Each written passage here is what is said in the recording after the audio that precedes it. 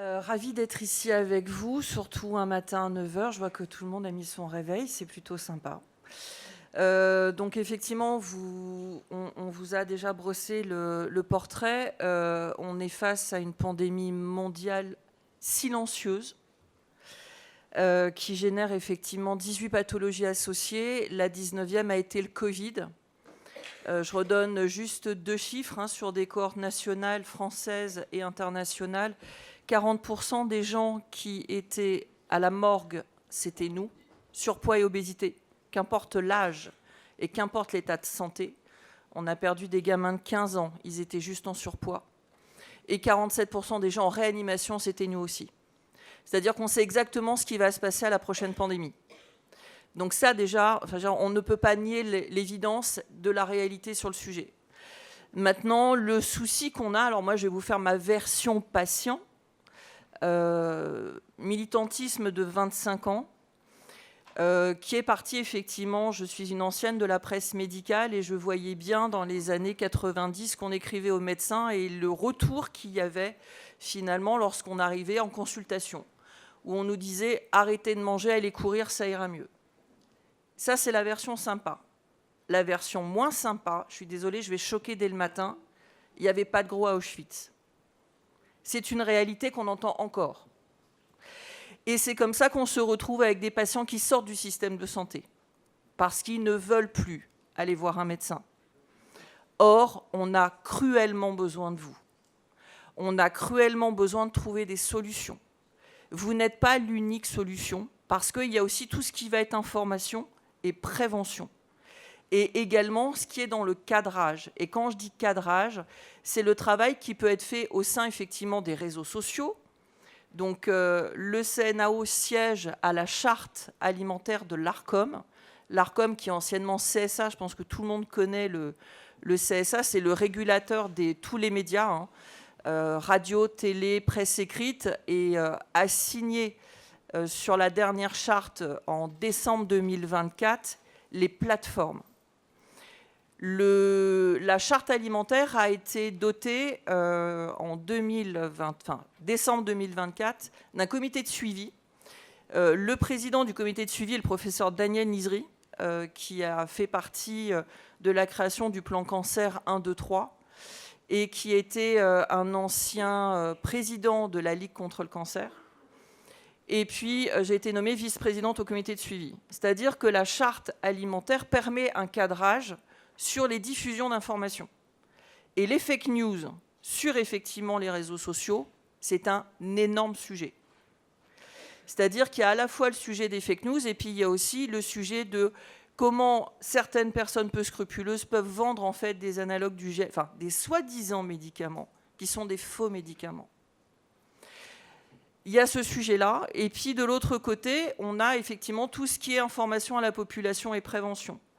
C'est-à-dire qu'on a l'alimentation, l'ultra-transformation de l'alimentation, sur lequel il n'y a aucun cadrage. C'est-à-dire que n'importe quel agro peut mettre n'importe quoi, je vous la fais très très courte, dans les produits qui sont ultra-transformés.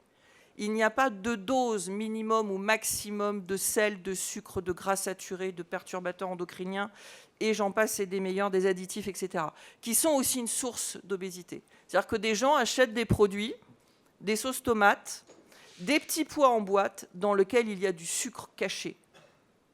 C'est-à-dire que vous mangez du sucre sans le savoir. Et effectivement, les personnes les plus touchées sont les personnes les plus vulnérables. Leur priorité, et ça effectivement on l'entend plus que bien, c'est est-ce que je mange ? Est-ce que je chauffe ma maison ? Est-ce que je mets du gasoil dans ma voiture ? Est-ce que je paye des vacances à mes enfants ? Est-ce que je les habille ? On en est là. Donc au milieu de tout ça, leur priorité de la santé, elle n'est pas du tout leur priorité. Ils sont très très loin de la réalité de manger 5 fruits et légumes, aller faire une activité physique, ne pas regarder des écrans. Donc comment on peut réussir à emmener la population la plus éloignée du système de santé à faire en sorte qu'au fur et à mesure, dans le cours des années qui vont avancer, Alors, c'est un vieux rêve que j'ai exprimé hier matin à l'Agence de l'accès à l'innovation dans laquelle j'intervenais. C'est qu'à un moment donné, la santé ne fasse plus peur, mais qu'elle soit un bien fondamental, individuel, le plus précieux qu'on ait. On n'a qu'une vie et on n'a qu'une santé. Ceci étant, il y a encore beaucoup trop d'écart entre ce que l'individu qui n'a pas fait médecine, qui n'est peut-être pas CRP++, finalement s'approprie sa santé à lui. Et elle passe, et elle commence, j'ai envie de dire, 3 mois avant gestation du bébé. C'est-à-dire que les premières informations qu'il devrait être données, c'est à la crèche. C'est après le travail que pourrait faire l'éducation nationale sur l'information à une bonne nutrition. Que dans les mairies, alors on est bientôt sur les élections municipales, que finalement, des sociétés qui font les cantines ne me disent pas « j'ai 1 € pour faire entrée plat dessert » par enfant. La réalité économique, elle est là. Et en fait, c'est un mélange de plein de choses qui, mis bout à bout, vont faire que ça va avancer positivement ou que ça va avancer de façon négative. L'arrivée des médicaments, c'est une révolution pour les personnes qui sont en surpoids et en obésité, c'est une réalité. Par contre, ce n'est pas non plus de l'esthétisme. Nous, on se bat de façon assez physique, j'ai envie de vous dire, à ce que parfois les journalistes nous disent « oui, mais enfin bon, voilà, c'est de l'esthétisme ». Non.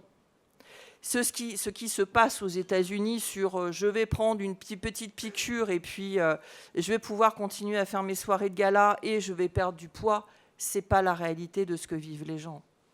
Nous, on a besoin de conserver notre santé, d'améliorer notre santé.